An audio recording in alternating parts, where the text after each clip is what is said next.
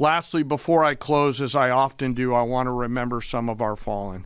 Today we remember Sergeant William Rivers, Specialist Brianna Moffett, and Specialist Kennedy Sanders of the 718th Engineering Company, U.S. Army Reserves, out of Fort Benning, Georgia. They were tragically killed on January 28, 2024, when attacked by an Iranian-backed proxy force at Tower 22 in Jordan. We continue to carry on their memories. We remember their names. We remember their families. And the Secretary and I are deeply grateful for all of our deployed forces who are out there doing our nation's work. And sir, with that, I'll kick it back over to you. Very good. We'll take a few questions. Go ahead. Thank you. Alexandra Ingersoll, One America News. Do you assess, Mr. Secretary, do you assess what's left of this small boat fleet to be a significant threat or a nuisance to be managed? And then secondly, what is your message to critics who say that the U.S. doesn't have a strategy in this mission? Well, any threat needs to be taken seriously. And just like those 6 attack boats that the chairman mentioned were taken seriously and dealt with before there were any real threat to the American military vessels that they were approaching. And that is, small craft like that are all that Iran has left. Their ability to close with a destroyer of the capabilities that we have is limited, but we're going to take it very seriously and kinetically, quickly. We're not going to allow a threat to gather. And I can tell you, even from just this morning, the strategy remains laser focused. In fact, what I think you see from Project Freedom is that we're not allowing ourselves to get distracted. This is a separate and distinct effort, temporary in nature, that we plan to hand over to the world. The world has expressed a desire to be a part of this.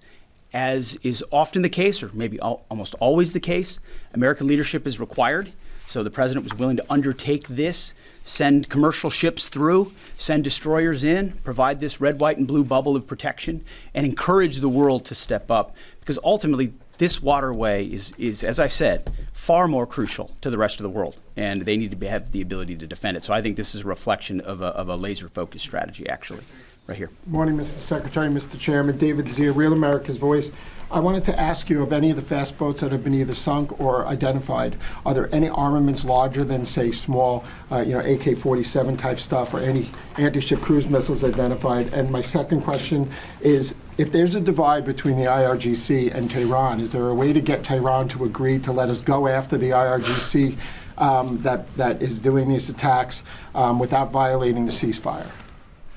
Well, right now, anything coming at our crafts, regardless of what's on it, has to be defended against, and that's the case. I don't know what the exact armaments were on those fast boats. Small arms, nothing significant on the fast boats. Rifles or small machine guns.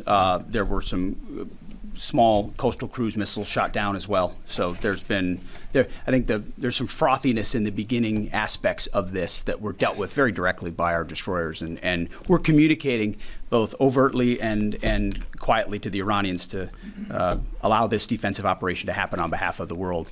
There are some actions the IRGC takes sometimes that are outside the bounds of what maybe Iranian negotiators would like. That's their job to rein that in and ultimately create a condition for a deal, right? That's not something I talked about in these remarks, but that's happening in real time. Iran has an ability to make that deal. But what we're demonstrating with Project Freedom is they don't control the strait.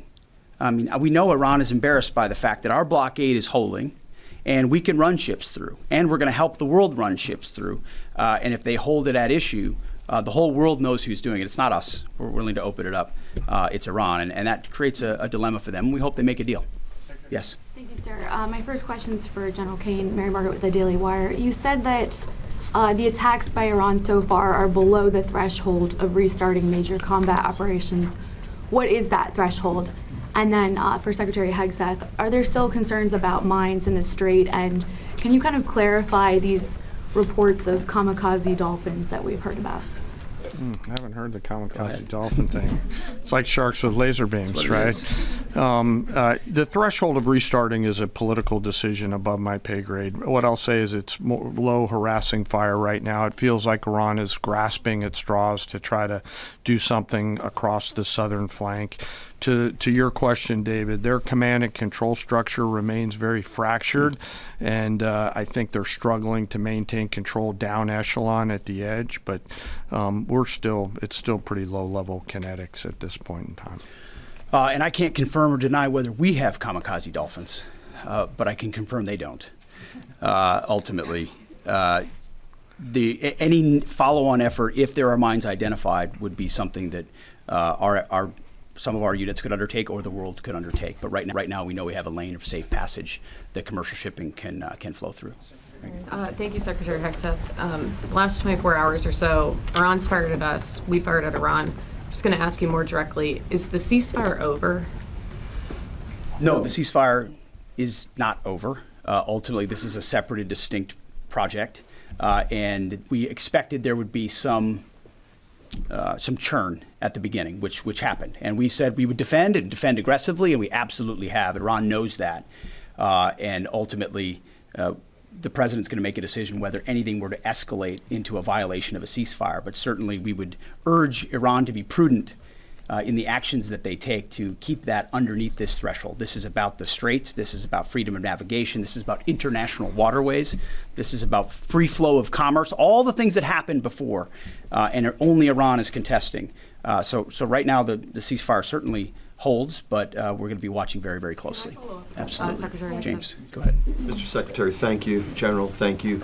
I want to first express my gratitude and admiration for the work you do and for everyone involved in our armed forces, and also for the accomplishments of Operation Epic Fury, which I think are too often dismissed too lightly.